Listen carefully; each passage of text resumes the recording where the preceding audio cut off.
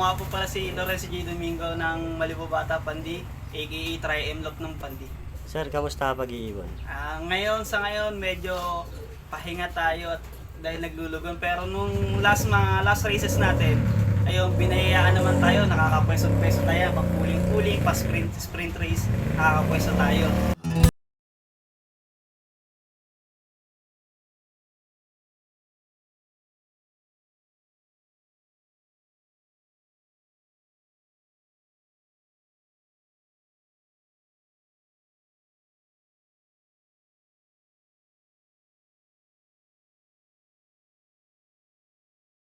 Nung mga 2022, after mamatay nung papa ko, nag-shift ako sa pag-iibon. Una kong alaga nun mga pansy.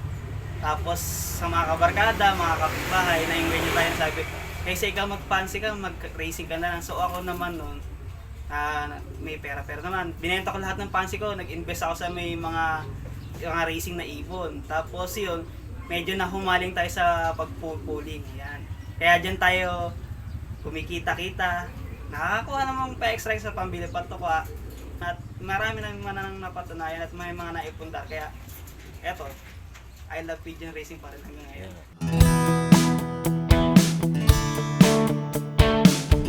Yung nagsimula ako sa pag-iibon noon, bumili ko kay Kuya Baki. Yun, shoutout siya, Kuya Nick Monreal, no, ng Masaso. Sa kanya ako bumili ibon noon. So nung ibon na gamit niya, no, nananalo. Umuwi rin naman sa dulo, kaya lang medyo pagdating sa dulo, siguro sa kakulangan ng sistema, hindi talaga pinapalad hanggang ngayon, wala pa rin hanggang dulo.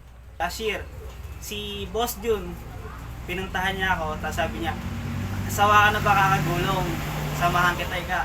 Yun na yung nagsimula na nag-accord kami sa mga PCA player, kila Sir Eric Ison, kila Sir Darwin, kila Dico Darwin Espino, tsaka sa iba pa, yung pa. Yung mga, hanggang ngayon, yung pa rin yung mga gamit ko ng mga ibon nila, kila Sir Anson Ong, kila Master Ray.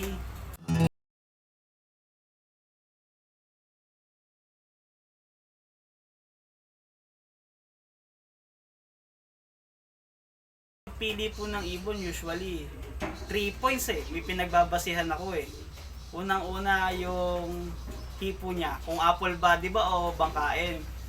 Next ko naman na pinapipilian is yung sipit-sipitan, tapos yung kill, dapat nakadikit silang ganyan. Kasi sa iba, sabi nga ng ibang na matatanda nag-iibon, ang ibon pag nakabuka yan, may itlog din kasi yan, niluluslos yung ibon natin. Kaya ako, mas gusto ko yung dikit, pati yung sa mikil niya, dikit na dikit sa sipit-sipitan. Sa eyesight naman, hindi ako ganong naniniwala, pero much better if mas yung kulay na eyesight niya, mas maganda, mas matingkad. Sa result naman, doon talaga tayo mag-base. Pedigree wise, doon talaga tayo mag-base sa may performance ng ibon, lalo sa result, kasi sayang ang puhunan, sayang ang oras pag hindi ka tumitingin na kung ano talaga narating ng ibon, kasi mahirap na bibili ka lang ng ibon na sabi ni ganito, ganito nangyari. Hanapin mo pa rin syempre resulta. Tsaka kung halimbawa kukuha ka, takbo ka sa reliable fancier, tapos doon ka mag-acquire. Kasi mas alam nila ibon at may napatunayan na talaga sila. Sa breeding preparation naman natin, pag sa selection natin, usually ang pinipili natin yung mga nananalo na natin. Tapos yung mga parents nila, minsan nila line breed natin, or yung champion sa champion, pinagbabangga natin kasi lalo pag relative sila, kasi mas mataas yung magiging pointing system ko doon pag sa magiging mananalo. Tapos pag napili ko na sila at handa na sila, pupurgahin ko naman sila ngayon. After nun, siguro 1 week, cleansing ako. Siyempre gagamit tayo ng Nutrigano by Campion. Yan yung unang-una natin ginagamit sa pag-cleansing. Then next week, conditioning na tayo niyan. Bigay na tayo ng mga probiotics, bigay na tayo ng mga natural, mga multivitamins, mga minerals, mga redstone, tsaka mga iba pang minerals.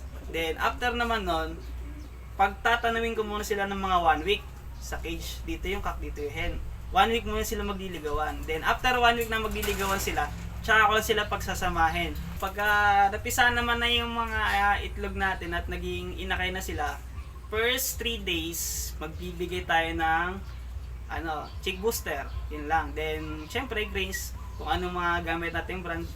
First 21 days nila, nandun na sila sa may viewing. Ulanin at arawin na sila doon. Wala nang babaan yun, wala nang awayan. Kasi doon natin magigage kung malakas ba talaga yung ibon, kung magkakasakit siya doon, syempre, ibig sabihin nun, mahina yung ibon. Pero kung hindi siya magkakasakit at nabuhay siya ng matatag doon, doon natin masabi na successful ang breeding natin. Sa pagtuturo naman natin ng IB, usually ginagawa ko para iwas pitik. Syempre, masakit na pitikan. Binabasa ko. Yan, nilulublo natin sa tubig na may malatayon.